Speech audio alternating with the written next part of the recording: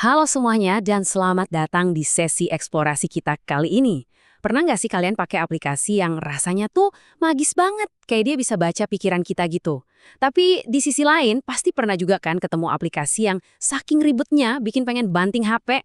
Nah, hari ini kita bakal ngebongkar rahasia strategis di balik itu semua, yaitu UX Research atau Reset User Experience.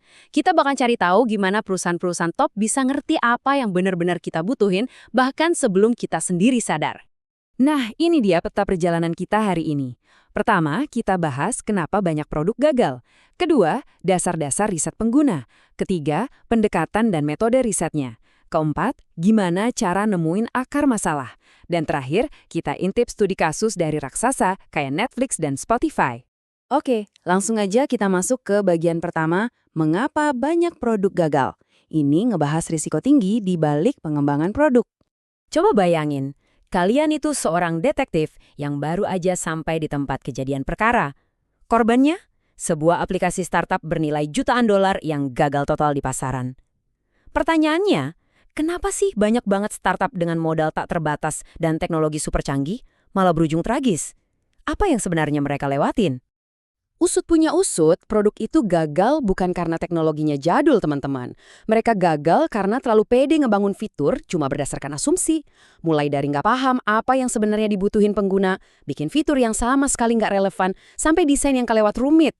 Kadang aplikasinya emang penuh fitur canggih, tapi sayangnya nggak nyelesain masalah nyata yang dihadapi orang-orang.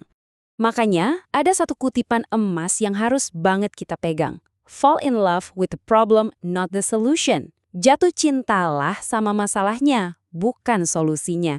Ini perubahan mindset yang absolute.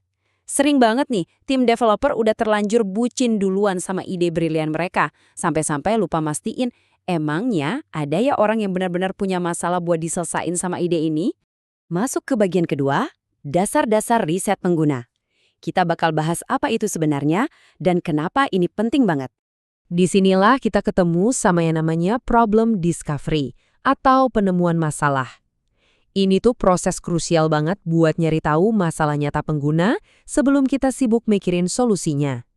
Kesalahan paling fatal yang sering dilakuin tim produk adalah nge-skip tahap ini dan langsung lompat bikin fitur. Jangan sampai kayak gitu ya. Jadi tujuan utama dari UX Research itu bukan sekedar ngeliatin tombol mana yang diklik sama pengguna, tapi ngegali jauh lebih dalam buat paham kenapa mereka ngeklik itu. Intinya sih buat ngurangin asumsi buta, nyari tahu motivasi tersembunyi mereka, dan mastiin kalau setiap keputusan desain yang kita ambil itu benar-benar berbasis data, bukan sekedar tebak-tebakan berhadiah. Nah, prosesnya sendiri jalan secara sistematis lewat 6 tahapan. Kita nggak bisa dong tiba-tiba asal nyebar kuesioner. Mulai dulu dari nentuin tujuannya apa, kenali siapa spesifik penggunanya, baru pilih metode yang pas. Terus kumpulin datanya, analisis temuannya, dan terakhir bikin rekomendasi yang solid buat tim desain, benar-benar terstruktur dan efisien. Lanjut ke bagian ketiga, pendekatan dan metode riset. Anggap aja nih perlengkapan detektif kalian.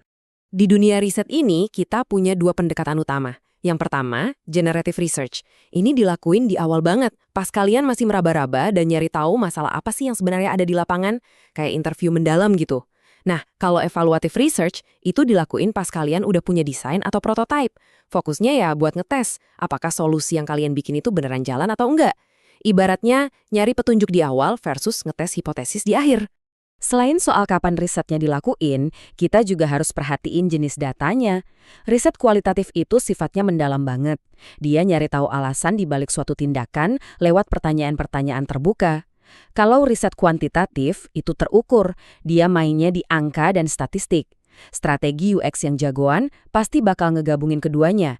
Kita butuh data kuantitatif buat tahu seberapa masif masalahnya, dan data kualitatif buat ngerti kenapa masalah itu bisa muncul.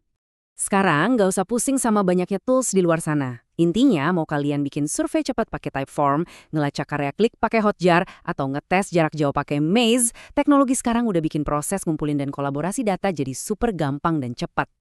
Kita masuk ke bagian keempat, menemukan akar masalah.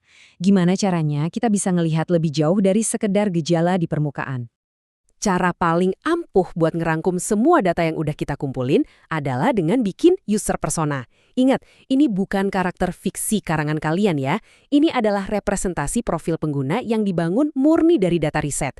Dengan ngasih mereka nama, umur, tujuan, dan motivasi, kita tuh lagi memanusiakan sekumpulan angka statistik jadi sosok yang nyata. Ini bakal maksa seluruh tim buat selalu fokus ke manusianya. Nah, elemen paling penting dari persona tadi adalah pain points atau titik hambatannya. Coba deh bayangin kalian lagi mau belanja online.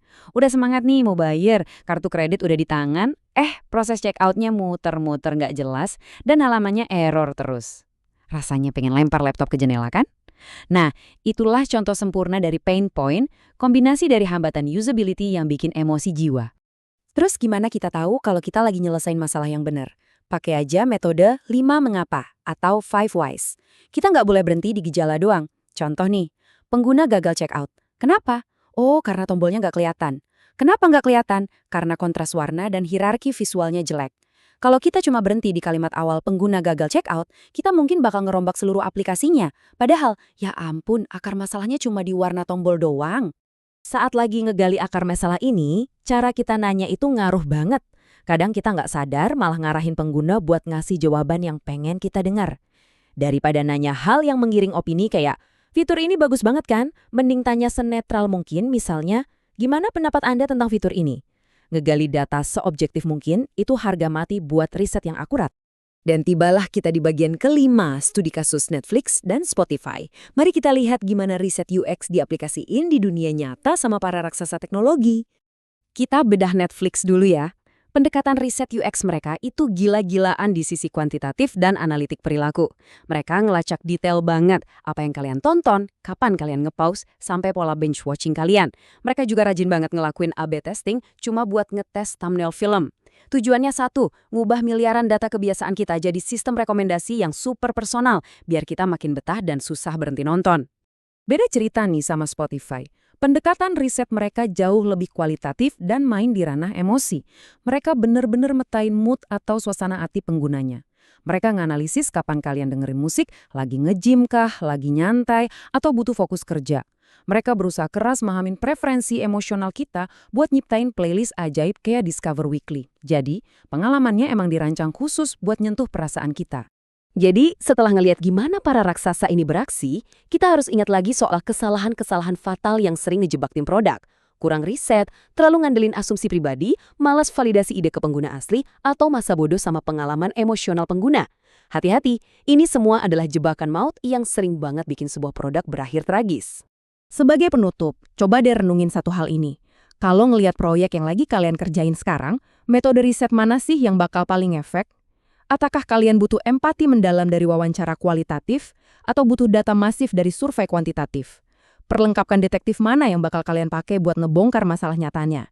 Terima kasih udah ngikutin sesi eksplorasi kita kali ini dan semoga insight tadi bisa memicu inovasi yang luar biasa buat produk kalian. Sampai jumpa!